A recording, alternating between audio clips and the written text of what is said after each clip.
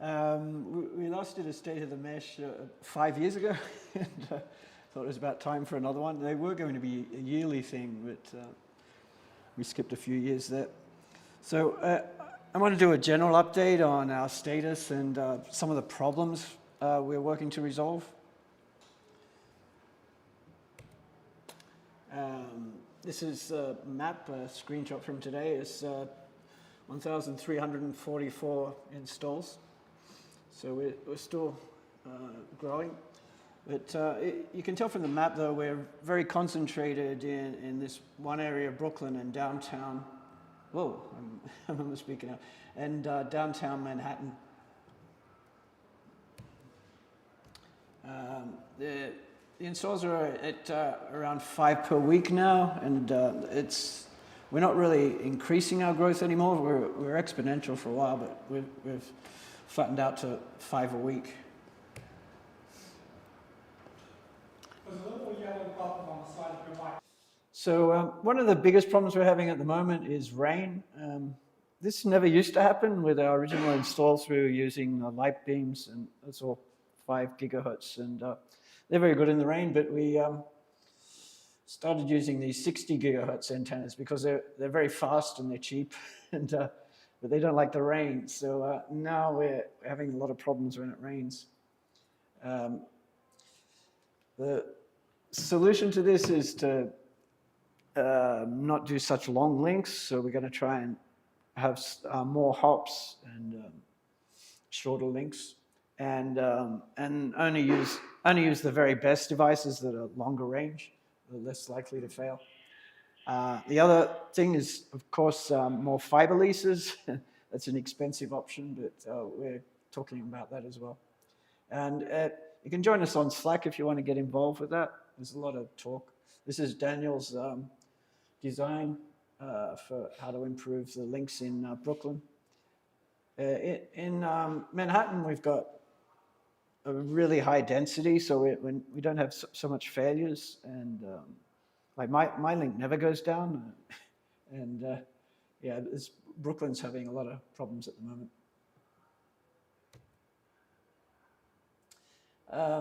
One thing that's changing is we're getting a huge number of inquiries about full buildings, and that's taking up all of my time. Like I spend a huge amount of hours on this per week, doing site surveys, talking to construction people, talking to architects. It's kind of overwhelming. Eventually, we'll have to take on a contract, get a contractor or a full-time position to do this. But for the mesh, it's great if we can start doing these buildings, and we help a lot more people, and it's a lot faster to do a whole building than to do a single apartment. So you can see the inquiries we're getting in the Bronx, or way out in East New York, and in Staten Island. So that could really increase the coverage of the mesh.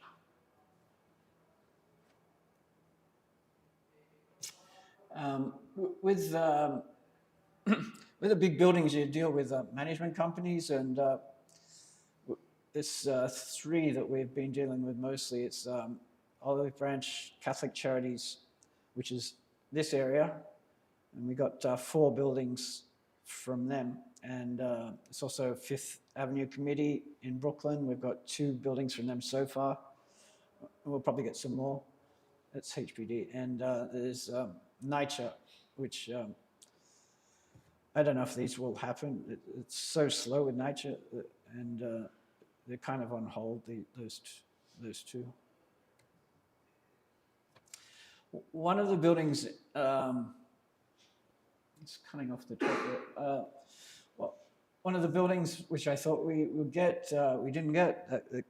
We lost the bid on it. And when we do a bid, we do it at cost, so nobody can really underbid us. But what happened was, I know this from talking to them, the person that did win the bid got FCC money, and so they basically doing it for free and getting money from the FCC to do it. So we lost that bid. And I want to talk more about this, the FCC Affordable Connectivity Program.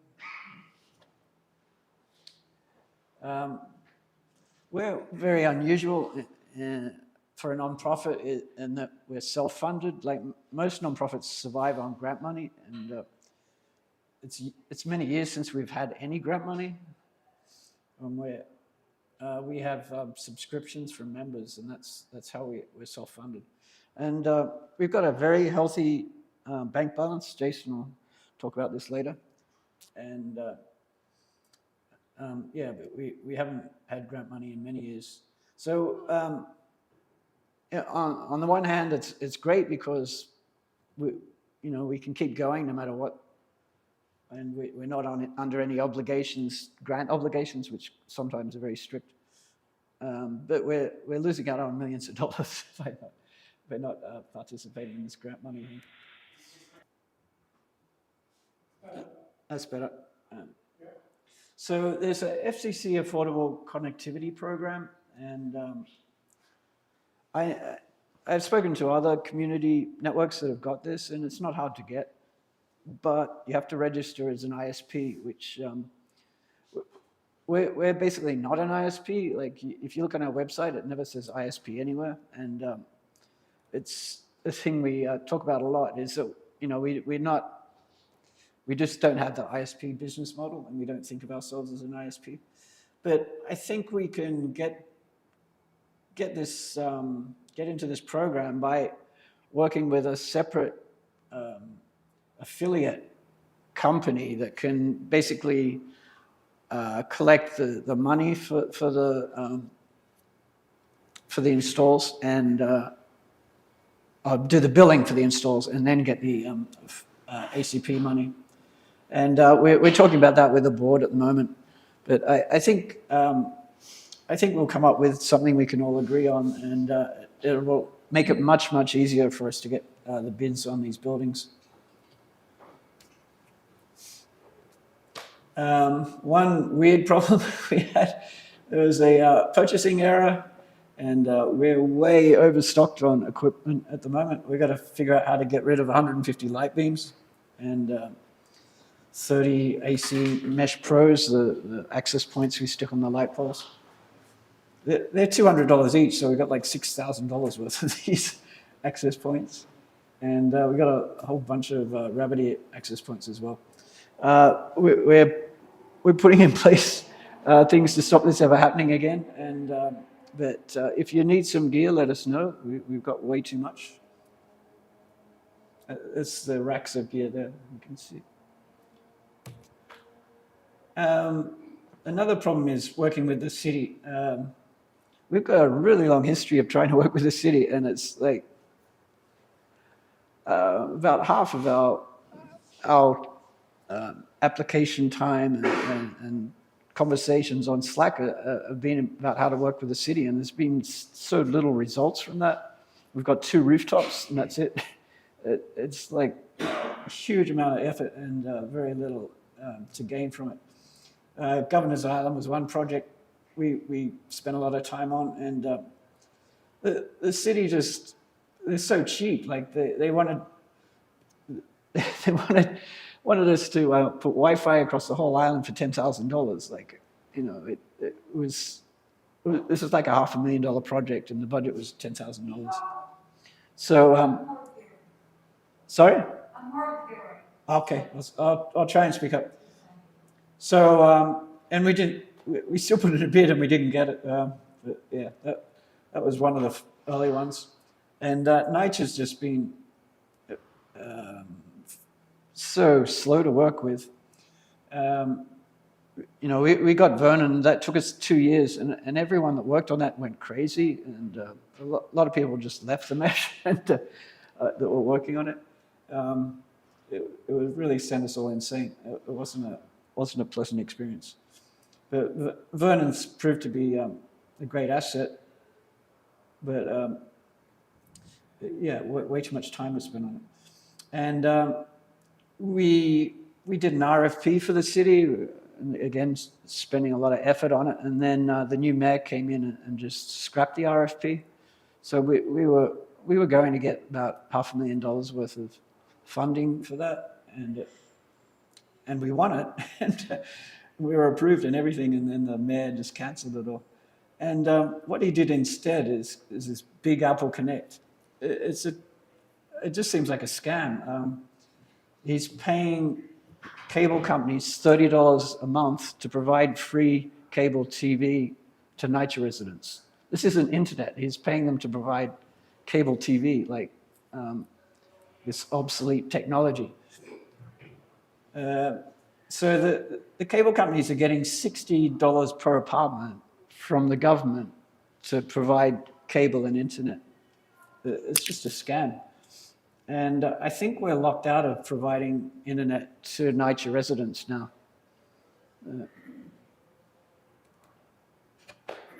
So the other side of the city is HPD, the Department of Housing Preservation and Development, which is Grand Street's a part of that.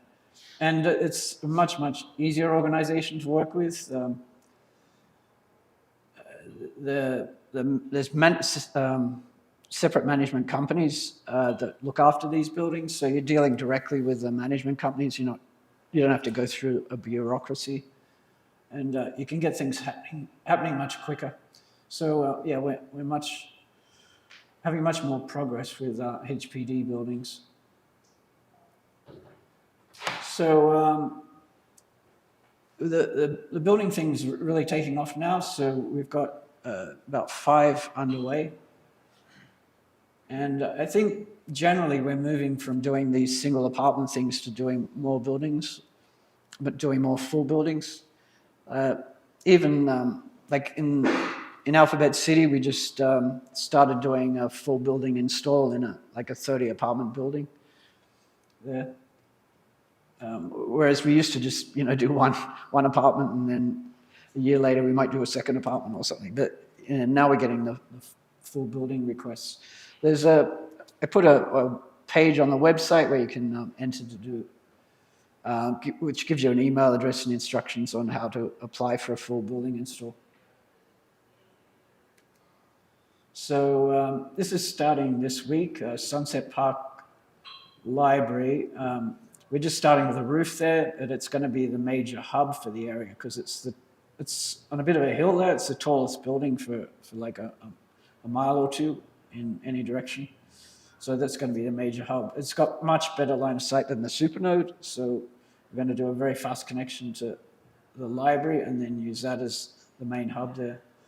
And we're doing a building just a block away on 50th Street. Yeah, that's the library, and this is the building on 50th Street. We're doing all of the apartments in there. It's a renovation. And one thing we're doing with these new buildings is trying to get the contractors to do all the conduits as well. So in this, all we're doing is dropping a cable down, plugging it in, and at both ends, and we're done. So it's going to be a pretty quick install. I think Sean's going to do most of it, and I think it's around 30 apartments there. I forget the exact number. This is a huge one, which we in the Bronx, and I've got to start getting the equipment together to do this, and we've got to start talking to the electrical contractors there as well. But this is 213 apartments in the Bronx. So this is a definite one. It's going to be our first building in the Bronx. So it's quite exciting. Thank you. That's it for me. And yeah, I put all these clapping people there to encourage you to clap. So any questions? You had a question. Yeah, I think I'm... Talking. Okay. So you mentioned earlier about our not having any grant funding in the past couple of years. What is our major restriction to that? Is it one of qualification where we don't meet the requirements because we're not an ISP? Is it we're just not trying? Is it? Yeah, we're not trying. We've put a lot of effort before. It takes a real lot of effort to apply for grants, and yeah, people got burned out on it. We don't really have anyone working on it at the moment. Got it. And I know there's a lot of infrastructure has become a buzzword at the moment, so I know there's a lot of money around that we could be getting if we worded what we're doing correctly, and yeah, we should be applying. Okay. Any other questions? Yeah. I guess to follow up on that question, I know that grant writing is a pretty intensive process. I've been with organizations that had like a full-time, at least one full-time grant writer, and this is like for a small farm. I know that we there's a possibility of some AmeriCorps volunteers. Is that something that they could do? Is that like something that one of those volunteers could be put on? We don't have any. We had one person that accepted and then she cancelled. Oh. We don't have any. Yeah, no. Yeah, non-profits generally have a full-time person just writing grants. And like I was saying, most non-profits are geared towards getting grants. Like that's their main objective, and it kind of twists their mission a lot. Mm-hmm. And at least we're very pure in what we do. We're just connecting people, and we're not spending time applying for grants. But if we did get infrastructure grants, we could get a lot more fiber leases and expand that way.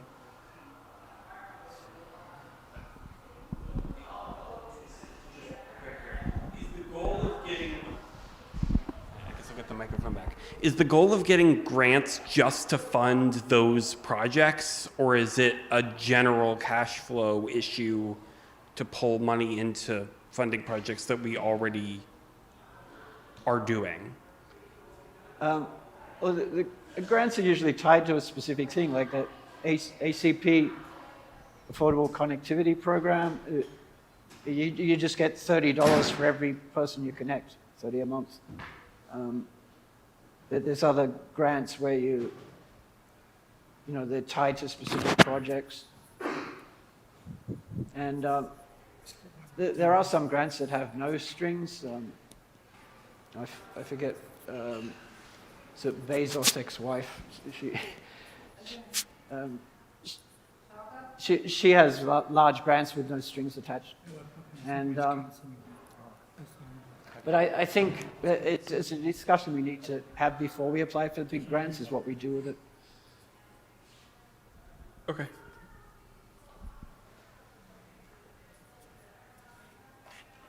Anyone else? Any other questions? Jason, you want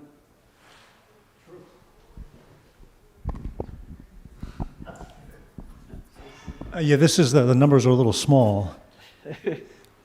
But yeah, this is just kind of looking at the general numbers of the organization. We reorganized. We have an attorney on our board now named Ian. What's Ian's last name? Matthews, thank you. Hey, Daniel. And he suggested that we split our main organization into two parts for liability reasons. So we have two organizations, two entities now. One is our corporation, the other is the LLC. And so we're trying to focus all our transactions on the LLC. This is just a few columns. One shows the corporation on the left, LLC in the middle. Really, this third column here is our total net revenue. Our average monthly net is just over $5,000, and our bank account on the far right is steadily growing. Right now, if you can't read that, which I can barely read, is $411,000 in the bank. And so while it seems like a lot of money, it can go very quickly, especially should we hire one or two full-time people, one maybe doing grant writing or whatever happens next. But the board is going to be meeting and guiding and discussing our moving forward how we scale, really. So, yeah, this available. If anyone is interested in seeing it close up, it's available for anyone to see, and that's it. Any questions about money stuff?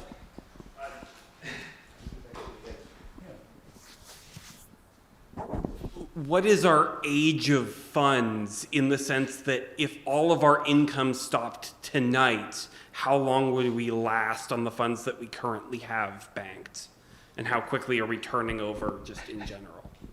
Sorry, I'm an economist. Our main income is monthly subscriptions. It just can't end. It's not possible. If it were to end, our general monthly expenses are somewhere in the range of 16 to 20,000. Okay. Generally speaking. And so what is that? 400 divided by 20. Quite a bit. Yeah. Quite a bit more than I was expecting. So yeah, so for the moment, but like I said, we're mostly based on volunteers. And so when it comes to hiring contractors, paying for more fiber leases, all of those are pretty high, become high overhead or capital expenses. Yeah. I have one right here, actually.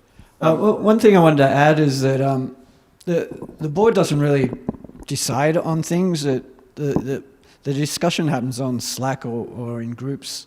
So, whether we do the affordable connectivity, those discussions will happen on Slack, and then once there's a sort of consensus, then that's put to the board, and the board will either say yes or no.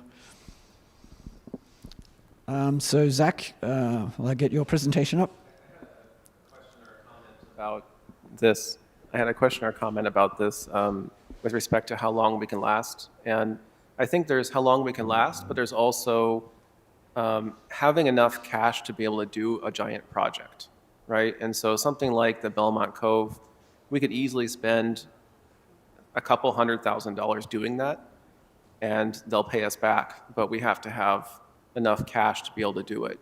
And there, of course, we can ask for 50% down and so on, but we're even talking about, as Brian mentioned, doing fiber leases to different places to really improve the quality of the mesh, and that will increase our monthly expenses. Because if we're positive $5,000 a month, we should strive towards spending that on making the mesh better, right? So we've been talking about several fiber leases and so forth. So it looks like a lot, but it's not as much as you might think, because we could easily spend, like it says right there, spent 17 grand on upgrades. We could do that 2 or 3 more times on accident, right? Or like on purpose, or all the light beams we just bought, etc. Right? So, yeah. So will I get your presentation up, Zach? Yeah, sure. Okay. All right. So I'm Zach. As I mentioned, I'm with the Mesh for a while, and there's a number of projects that I do for the Mesh. So this kind of presentation I don't like doing. I don't like talking about myself or what I do, and we were looking for something that to talk about, an extra presentation, and there's a number of projects that I kind of said I would do or committed to. And some of them have been going on for a while, so they deserve an update. So that's why I'm here to give this kind of update. So actually, that's what I just said. So it's a good thing that I wrote the presentation. It means that I at least do the same thing twice. So anyway, a lot of these projects are things that are really kind of a one-person project, or they start out that way, and they create infrastructure that more than one person can work on. At least that's the hope. And so we'll go through some of them right now and the status update of them, with the idea that I'm working on them, but they're not my projects; they're the Mesh's projects, right? The first one, we talked about this a couple times, that we're doing a server and router refresh. This is that item that was $17,000, I think, right, a couple months ago. This is to replace all of our SuperNode routers, some of which are 10, 15 years old. There's a presentation in November you can look at about this. And we're getting pieces slowly in on this. The last piece just came in. And then there's one more, the second to last piece that is, there's one more piece. There's a discussion in the architecture channel about if we should answer this question here about if we should spend another $4,000 to put us up to the next level beyond with this hardware before we even go out, right? So I think yes, but anyway, that's one thing. And like, here's an example. Here's a picture of that hardware right now. This is the test bed. This is 2 days ago, I think. In the middle, you can see we have 4 by 100 gigabit into one of our servers here.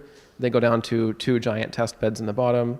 And then we have a quad by 40 gig feeding between the test side A and the test side B. So we can test quad 40 gig or 4 by 100 to see if either one is faster. And with the new cards that I suggest buying, we can hit line rate on both of those. So this is the new infrastructure, the new hardware that's sitting there that will, this router is on top. We use these in production right now as well, the same exact model. They're donated. The servers below we bought. And so that's one project that's ongoing and I think pretty exciting for us. The next project are these community room computers over here. I'm not the only one that worked on this, but they're here. That took some time. There's an interesting thing that if you use these computers, they're okay, but they have a password called kiosk, and they have, like, you can save files to them, and it's not the best, right? It's not like a classroom laboratory computer. And so I'm working on, with a couple other people who actually aren't in the mesh, making a really kiosk version of Linux that just opens up and it just refreshes when you're done and throws everything away, so it's super safe to be able to use. The picture here is actually that copy of Linux running, and the bar on the bottom is a little bit off right now. It's not quite what we want, but there were some comments about it doesn't look the way people want it to look, so working on making that better. And speaking about the previous two things, actually, both of those have to do with Linux and making Linux usable for us in a certain way. And so I'm looking a lot into NixOS and reproducible infrastructure. And I hate to say it because I'm not really a big fan of NixOS, but it's a copy of Linux that lets you make reproducible builds. And so the new Supernode 1 computer that I just put in on Sunday, it actually uses this already. So our Supernode 1 computer, the new router, which replaced, I think it's the next one. I accidentally removed that, so there's another one. We replaced the Supernode 1 router on last Saturday, Sunday. I'll just talk about that briefly because if you remember, if anyone was looking at a presentation from some time ago, there's one computer at Supernode 1 that's been up for about 2,400 days. It hasn't restarted. It hasn't lost a power supply. It's been running there for about almost 7 years. And it's really scary. So the fiber connection to that stopped working. And the question is it the computer or is it something else? And I happen to have one of the spare computers for the mesh around. And the spare computer was faster than the 15-year-old computer. So I replaced it last Sunday. Surprise, it's not us, it's someone else. So the fiber is still down because it actually wasn't the router that was up for 2,400 days. So it's still good.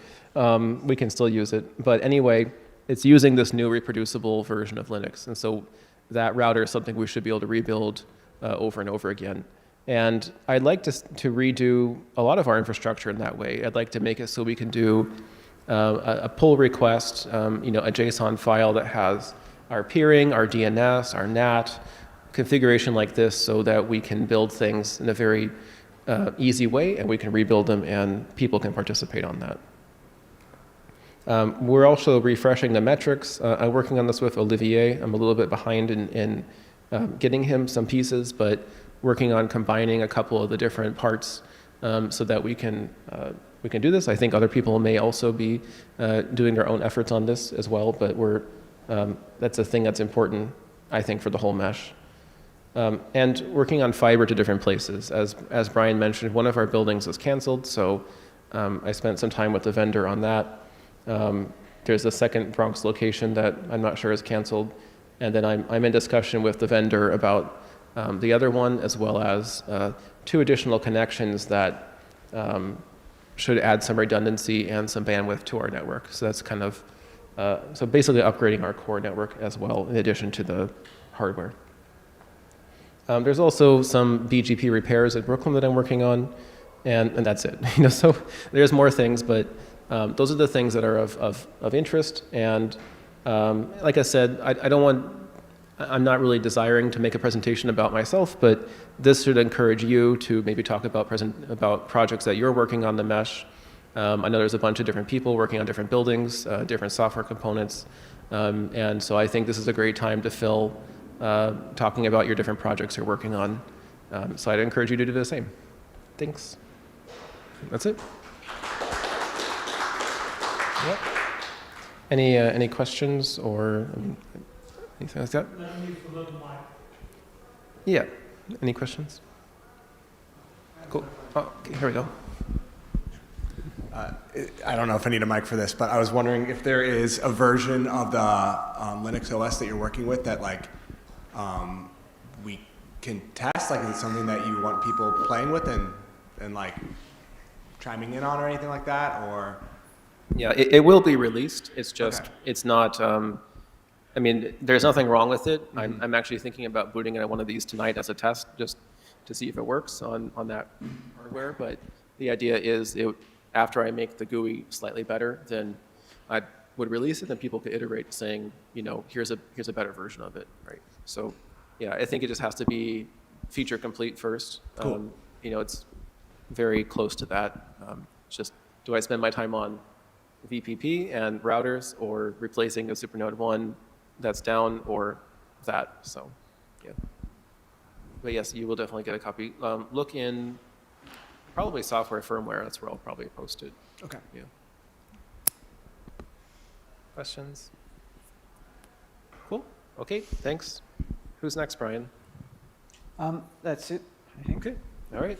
Thanks, everybody. Anyone else want to present? Okay. So, yeah, we just break out for discussions. I've got some beer, and I might order some pizza as well. Okay, break out for discussions. Thanks, everybody online.